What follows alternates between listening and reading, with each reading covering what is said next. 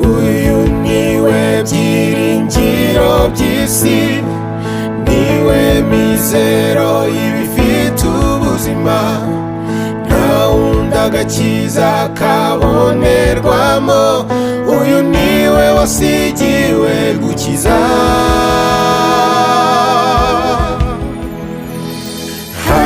Hallelujah.